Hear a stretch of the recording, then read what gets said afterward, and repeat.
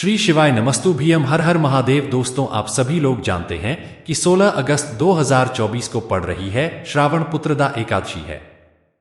दोस्तों, सभी एकादशी में से श्रावण पुत्रदा एकादशी का एक अलग ही महत्व होता है। इसीलिए दोस्तों, पंडित जी ने भी श्रावण पुत्रदा एकादशी का एक ऐसा उपाय बताया है जहां पर ये 2 कटोरी का उपाय है, जिसमें से एक कटोरी हमारी घी की होती है, एक कटोरी होती है हमारी खीर की। तो भाई, ये 2 कटोरी वाला उपाय हम इस वीडियो में आपको समझाने वाले हैं।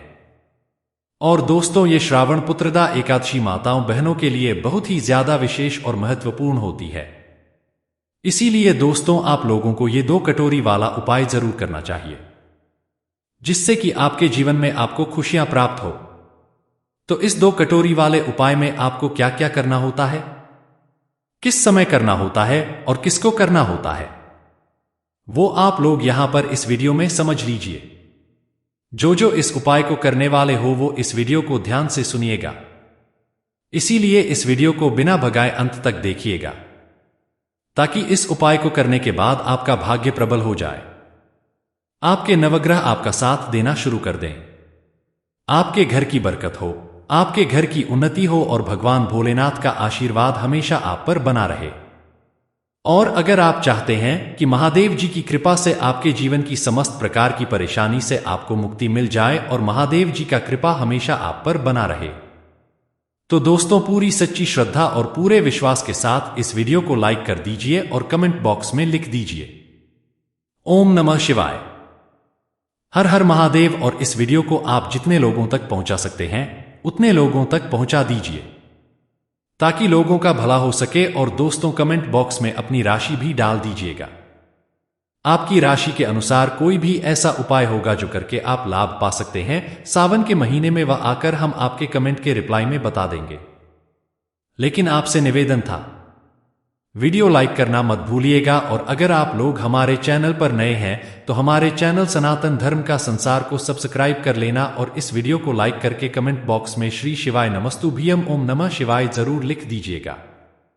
देखिए दोस्तों, सबसे पहली चीज, ये वाला उपाय सिर्फ और सिर्फ श्रावण पुत्रदा एकादशी के दिन करना है आप लोगों को, जो कि इस बार 16 अगस्त 2024 के दिन पड़ रही है। इस दिन प्रातःकाल सुबह सुबह आप लोगों को ये वाला उपाय करना है। पर किसी कारणवश अगर आप सुबह ना भी कर पाओ तो शाम के समय प्रदोष काल में भी आप इस वाले उपाय को कर सकते हो। उपाय में क्या करना है वो ध्यान से सुनो। देखो, इस उपाय को करने के लिए सबसे पहले आपको अपने घर से कुछ सामग्रियां तैयार करनी होंगी और वो लेकर जानी पड़ेंगी। उपाय बहुत ही कारगर है, महत्वपूर्ण है, इसलिए ध्यान से सुनना समझना। तो अपने घर से क्या क्या सामग्री आपको तैयार करके लेकर जानी है वो ध्यान से सुनो। देखो, यहां पर आपको लेनी है सबसे पहली चीज 2 कटोरी। क्या लेनी है? 2 कटोरी छोटी छोटी सी, जो भगवान को भोग लगाने के लिए आपके पास कटोरी होंगी, वो 2 कटोरी ले लेनी है। और डरने की बात नहीं है कि भाई आपको ये कटोरी वापस नहीं मिलेगी। उपाय करने के बाद आप अगले दिन ही अपनी कटोरी को वापस ला सकते हो। पंडित जी से बोल दीजिएगा कि वो आपकी कटोरी को सुरक्षित रख दें। तो आपको करना है, सबसे पहले तो 2 छोटी छोटी कटोरी लेना है। अब 2 छोटी छोटी कटोरी लेने के बाद इन दोनों के अंदर आप लोगों को क्या चीज डालना है वो भी आप लोग सुन लीजिए। देखिए, पहली वाली जो कटोरी होगी ना, उस कटोरी के अंदर आपको शुद्ध देसी गाय का घी डालना है। क्या डालोगे? शुद्ध देसी गाय का घी डालोगे। उस पहली वाली कटोरी के अंदर मिलावटी घी मत डालना, वरना फिर उपाय काम नहीं करेगा। थोड़ा सा ढूंढना, मेहनत करना और शुद्ध देसी गाय का घी डालकर, मतलब ढूंढकर आप इस कटोरी के अंदर डाल देना। ये हमारी पहली कटोरी के अंदर आपने घी डाल दिया। अब दूसरी की बात करें तो दोस्तों, इसके अंदर डलेगी खीर। ठीक है, अपने घर में पहले खीर बना लीजिएगा, उसके बाद इसके अंदर थोड़ी सी खीर डाल दीजिएगा। अब सबसे बड़ा प्रश्न निकल कर आएगा कि भाई, एकादशी के दिन तो खीर बनती ही नहीं है, चावल की तो हम ग्रहण कर ही नहीं सकते हैं, तो हम चावल की खीर कैसे बनाएं और कैसे डालें इसके अंदर? तो दोस्तों, हम यहां पर ये नहीं कह रहे हैं कि आप चावल की खीर डालो। खीर बहुत प्रकार की होती है, साबूदाने की भी खीर होती है और भी बहुत प्रकार की खीर होती है। तो आप इस उपाय में साबूदाना जो होगा उसको गलाकर उसकी खीर तैयार करके फिर उपाय में प्रयोग कर लेना। चावल की खीर मत बनाना, क्योंकि एकादशी के दिन चावल का प्रयोग नहीं किया जाता है। तो आपको क्या करना है कि जो साबूदाना होता है उसकी खीर बना लेनी है। पहले से बनाकर रख लेनी है और खीर बनाकर फिर थोड़ी सी खीर अपनी इस कटोरी में रख लेनी है। आपकी ये दोनों कटोरियां तैयार हो गई हैं। एक कटोरी में आपने शुद्ध देसी घी आएगा, घी रखा। दूसरी कटोरी में आप लोगों ने क्या किया, यहां पर जो साबूदाने की खीर बनाई है उसे रख दी है। दोनों कटोरी आपकी तैयार हो गई। अब इसके बाद में एक घी का दीपक भी आपको तैयार करना है। ये घी का दीपक कैसा होगा दोस्तों, ये वाला घी का दीपक होगा गोल बाती का और इसके अंदर भी शुद्ध देसी गाय का घी डलेगा। और ये दीपक आप मिट्टी का भी बना सकते हो, आटे का भी बना सकते हो। मतलब मिट्टी का दीपक है तो मिट्टी का ले लेना, और अगर नहीं है मिट्टी का तो भाई आटे का बना लेना। छोटा सा एक दीपक, उसके अंदर गोल बाती रखकर शुद्ध देसी गाय का घी आप लोग डाल लेना। ये आपका घी का दीपक तैयार हो गया। इसके बाद में दोस्तों आप लोगों को 2 बेलपत्री और भी लेनी है, तो 2 बेलपत्री अपने घर से ही लेकर जाना है। ये विशेष और महत्वपूर्ण है।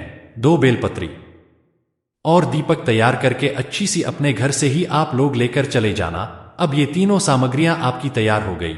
2 कटोरी के अंदर आपने, मतलब एक कटोरी के अंदर आपने शुद्ध देसी गाय का घी डाला। दूसरी कटोरी के अंदर आपने क्या डाला, खीर डाली। अब 2 बेलपत्री आप लोगों ने ली। साथ ही में दोस्तों आप लोगों ने क्या लिया, एक देसी गाय का घी का दीपक। अब ये तीनों ही सामग्रियां तैयार करके आपको पहुंचना है भगवान शिव जी के मंदिर में श्रावण पुत्रदा एकादशी के दिन।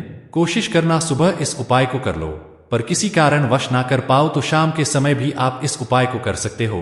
तो भगवान शिव जी के सबसे पहले आप लोग मंदिर पहुंचना, ठीक है। मंदिर पहुंचने के बाद सबसे पहले आप भगवान शिव जी के शिवलिंग के पास में पहुंच जाना। सीधा जाते सही तो शिवलिंग के पास में जैसे ही पहुंच जाओ तो थोड़े दर्शन करना। दर्शन करने के बाद दोस्तों क्या करना है आप लोगों को, वो ध्यान से सुनो। देखो सबसे पहले जो आप 2 चीजों में, मतलब 2 कटोरियों में क्या लेकर आए हो, शुद्ध देसी गाय का घी और खीर लेकर आए हो ना, ये पहले भगवान के सामने रख दो। इसमें ऐसी कोई बात नहीं है कि भाई खीर किस साइड रखेंगे या जो हम मतलब घी लेकर आए हैं वो किस साइड रखेंगे। आपको दोनों कटोरियों को एक साथ भगवान शिव जी के सामने या आसपास रख देना है। भगवान शिव जी को भोग लगाते हुए, मतलब भगवान शिव जी के लिए ही जो है वो रख देना है। क्या, एक जो शुद्ध देसी गाय का घी है, घी की कटोरी है वो, और जो खीर की कटोरी है वो, दोनों एक साथ ही रख देना है। कोई इधर उधर करके नहीं रखना है। पहले आप लोगों को ये दोनों कटोरियां रख देना है भगवान शिव जी के आसपास या सामने, ठीक है। जैसे ही आप लोग रख देते हैं उसके बाद में आप लोग क्या करेंगे कि अपनी बेलपत्र को भगवान शिव जी पर चढ़ाएंगे। श्री शिवाय नमस्तुभ्यम बोलकर भी चढ़ा सकते हैं। तो दोनों जो बेलपत्री हैं वो एक एक करके भगवान शिव जी पर आप लोग चढ़ा देना। ये दोनों एक साथ भी चढ़ा सकते हो, पर चढ़ाना शिवलिंग के ऊपर ही है। तो शिवलिंग के ऊपर आप जैसे ही इन दोनों ही बेलपत्र को चढ़ा देते हो, तो दोस्तों इसके बाद आप लोगों को क्या करना है कि भगवान शिव जी की जो शिवलिंग होगी, शिवलिंग से शिव जी की मंदिर की चौखट तक आप लोगों को आ जाना है। और चौखट पर आने के बाद दोस्तों अभी आप अपने बेलपत्र को चढ़े रहने देना। दोनों कटोरियों को भी शिवलिंग के पास में रखे रहने देना। बस आप आ जाना अपना वह घी का दीपक उठाकर जो अपने घर से तैयार करके लेकर आए हो, इसको लेकर भगवान शिव जी की चौखट पर। चौखट पर आने के बाद दोस्तों आप भगवान शिव जी की कोई भी एक साइड की चौखट देखना जरूरी नहीं है, उल्टा हाथ सीधा हाथ। भगवान शिव जी की जो जिस साइड भी आप चौखट देखो वही उस साइड पर एक दीपक आप लोग वहां पर बैठकर लगा देना। खड़े होकर मत लगाना। एक जो दीपक आप तैयार करके लेकर आए हो वो भगवान शिव जी के मंदिर की चौखट पर लगाना। वो दीपक शिव जी की शिवलिंग के पास नहीं लगेगा। पहले आपने सामग्रियां चढ़ा दी, चढ़ाने के बाद फिर उस दीपक को उठाकर लाना है भगवान शिव जी के मंदिर की चौखट पर आप लोगों को जला देना है। या तो आप चाहो तो उल्टे हाथ पर भी लगा सकते हो, तो सीधे हाथ पे भी जला सकते हो, पर मंदिर के बाहर जाकर दीपक नहीं लगाना है। मंदिर के अंदर ही रहते हुए आप लोगों को भगवान की चौखट पर ये वाला दीपक जला देना है। अब दीपक जैसे ही जल जाता है तो आपको वापस से शिव जी के पास में आना है, शिव जी के दर्शन करना है, 2 मिनट बैठना है, भगवान को निहारना है, श्री शिवाय नमस्तुभ्यम का जाप करना, भगवान से प्रार्थना करना है। कुछ समय ऐसे ही आप लोगों को प्रार्थना करते रहना है। 2 से 5 मिनट तक आपको भगवान के पास में बैठे रहना है। तो 2 से 5 मिनट जैसे ही हो जाए आप भगवान के नाम का जाप करते रहें, आप उनसे प्रार्थना करते रहें। उसके बाद में जैसे ही 2 से 5 मिनट हो जाते हैं तो आपको क्या करना है, वो ध्यान से सुनो, वहां से उठना है। उठने के बाद जो आपने भगवान शिव जी की शिवलिंग के ऊपर 2 बेलपत्र चढ़ाई हुई है, उन दोनों बेलपत्रों को भगवान का आशीर्वाद स्वरूप समझकर से आशीर्वाद लेते हुए उन दोनों ही बेलपत्र को उठा लो। एक को नहीं उठाना है, जो आप दोनों अभी जो आपने दोनों बेलपत्र चढ़ाई हैं, उन दोनों ही बेलपत्रों को उठा लो। दोनों बेलपत्र को उठाने के बाद सीधा आ जाओ आप भगवान शिव जी की चौखट पर जहां पर आपने दीपक रखा हुआ है, और चौखट पर आकर ही आप लोग बैठ जाओ। आपको सीधा मंदिर से बाहर नहीं निकलना है। इन दोनों बेलपत्रों को लेने के बाद पहले दोनों बेलपत्रों को लेने के बाद आपको भगवान शिव जी के मंदिर की चौखट पर आना है।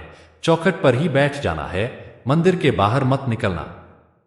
चौखट पर जैसे ही बैठ जाते तो भगवान शिव जी की तरफ अपना मुख कर लेना, भगवान शिव जी को देखते रहना और दोनों में से कोई भी एक बेलपत्र लेना और एक बेलपत्र को आप उसी चौखट पर बैठकर भगवान शिव जी के मंदिर में बैठकर ही अपने मुंह में चबा चबा कर खा जाना। देखो ना उसे लेना ना कुछ करना। पंडित जी ने बोला है कि इस बेलपत्र को आप चबा चबा कर खाना। श्री शिवाय नमस्तु भीम बोलना और चबा चबा कर अपनी इस पहली वाली बेलपत्र को भगवान शिव जी के मंदिर की चौखट पर बैठकर खाना। उसके बाद में दोस्तों जैसे ही आप लोग उस बेलपत्र को खा लो तो भगवान शिव जी के चौखट से उठ जाना और फिर भगवान के दर्शन करके आप लोग अपने घर पर वापस जा सकते हो। अपनी एक बेलपत्र को बचाकर अपने घर आप लोग लेकर आ जाना, ठीक है। तो जैसे ही आप लोग अपने घर पर आ जाते हो तो आपके जो पति होंगे आपको उनको क्या करना है, जो आप अपने साथ में एक बेलपत्र बचाकर लाए हुए हैं ना, इस बेलपत्र को आपको उनको खिला देना है। श्री शिवाय नमस्तु भीम भगवान शिव जी का नाम जाप करते हुए वो भी उन्हें भी चबा चबा कर खाना है। जरूरी नहीं है कि वो भी मंदिर आए। इस उपाय को पूरा करने के लिए बस आप आ जाए मंदिर और आप बेलपत्र को शिवजी के मंदिर की चौखट पर बैठकर खा लें। उसके बाद जो दूसरी वाली बेलपत्र होगी वो भगवान शिव जी के मंदिर से निकलकर घर पर पहुंचकर अपने पति जो हैं उनको खिला दीजिए। वो भी चबा चबा कर इस बेलपत्र को खा लें और भगवान से प्रार्थना कर लें। तो बस दोस्तों यहां पर ये वाला उपाय पूर्ण हो जाता है।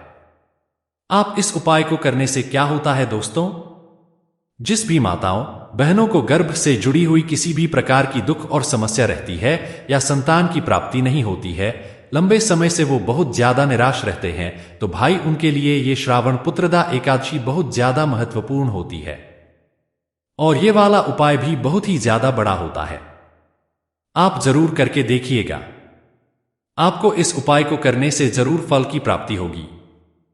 बाकी दोस्तों इस उपाय को करने में अगर आपको कोई भी दिक्कत समस्या या परेशानी आती है तो आप हमसे कमेंट करके पूछ सकते हैं।